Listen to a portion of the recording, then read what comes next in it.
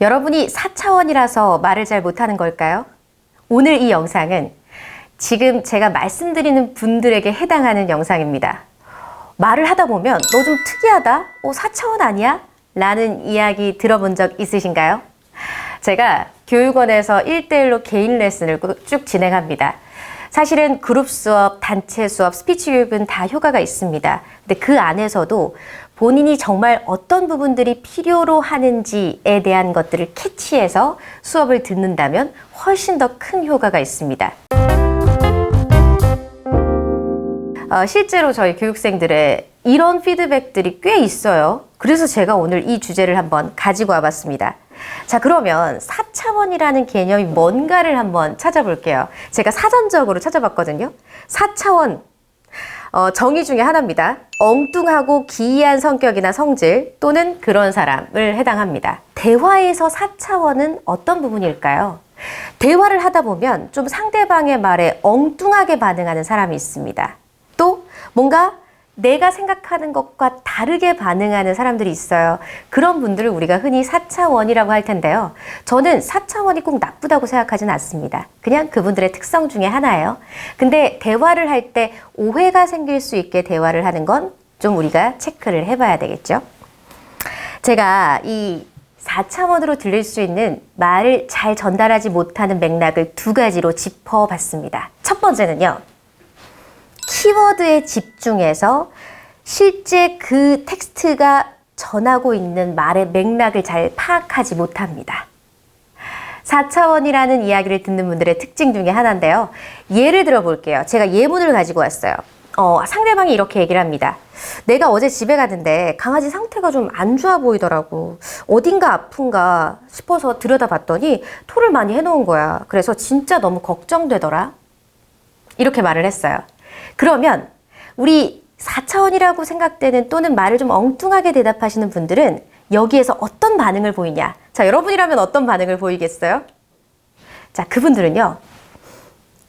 진짜 강아지? 나 강아지. 예전에 나 강아지 키우던 거 생각나는데 그때 그 강아지가 이렇게 나올 수 있다는 거죠. 그러면 이분들은 어떤 것에 지금 중요하게 생각을 했느냐? 키워드, 즉 강아지라는 키워드에 꽂힌 거예요. 그러다 보면 나도 모르게 엉뚱한 소리가 나갈 수 있어요. 그래서 여러분께서 만약에 4차원이라고 생각되는 분들과 비즈니스를 하거나 대화를 할 때는 이 부분을 좀 짚어주시고요. 또는 내가 이러한 이야기를 이렇게 한다라고 생각이 든다면 키워드가 아니라 전체 맥락을 듣도록 노력해야 돼요. 근데 노력하면 할 수 있습니다. 여러분이 왜 그런가 몰라서 잘 해결을 못했던 부분인 거예요. 자, 두 번째는요. 이 4차원이라는 특성을 가지신 분들의 말하기는요. 내가 말하고자 하는 것에만 매료되어 있습니다. 이제 뭔가 비즈니스를 할 때도 상대방에게 요하는 바가 있을 거예요. 근데 우리는 일단 대화의 절차가 필요해요. 성숙한 대화에는 단계가 있습니다. 그 단계를 뛰어넘어서 본인이 하고 싶은 이야기만 하게 되는 거죠. 자, 예를 들어 볼게요. 이 대리, 이게 보고서 쓴 게 좀 부족한 것 같아. 뭔가 모호한 표현이 많아서 무엇을 표현하고 싶은지 이해가 좀 안 가네. 이걸 참 과장님께 어떻게 보고해드려야 될지 굉장히 난감하네. 이렇게 상대방이 얘기를 했어요. 여러분, 어떻게 답하시겠습니까? 여러분들 판단할 수 있는 하나의 또 지표가 될 수 있어요. 자, 그러면 어떻게 얘기를 하느냐? 만약에 이 대화에서 내가 말할 것에만 매료되어 있다면 저 그거 금요일까지 다시 하면 될까요? 제가 이런 의도로 이렇게 썼습니다. 자, 이렇게 대화를 하는 건 틀렸다고 얘기하기는 좀 어렵죠. 그런데 상대방의 입장에서는 대화가 공감을 이뤄내기가 어렵습니다. 자, 대화는요. 첫 번째 단계에는 일단 듣습니다. 경청이라고 하죠.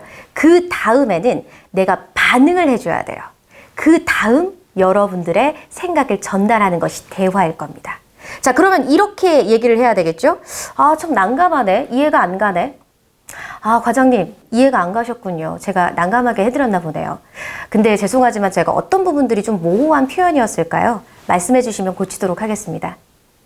죄송하다라는 이야기를 하라는 것이 아닙니다. 상대방의 이야기에 먼저 반응해 줘야 된다는 거죠.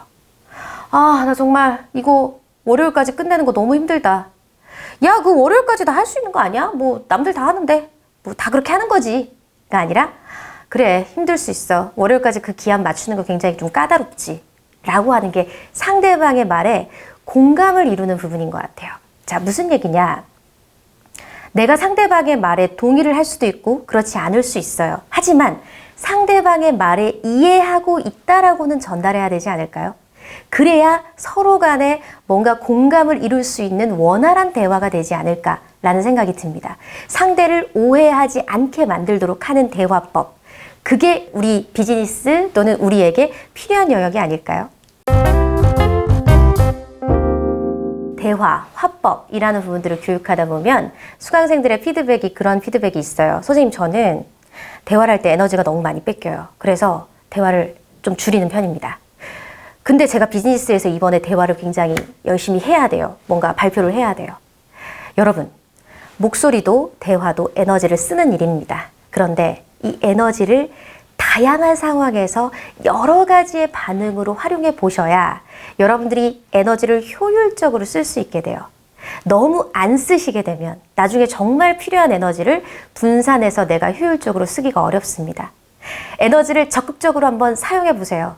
매번 그렇게 적극적으로 활용했을 때 에너지가 떨어지는 것은 아닐 것입니다. 내 나름대로 조절 훈련이 가능해집니다. 여러분, 오늘 배웠던 기술 여러분들에게 필요한 영역이었으면 좋겠습니다. 말은 능력이 아니라 노력입니다.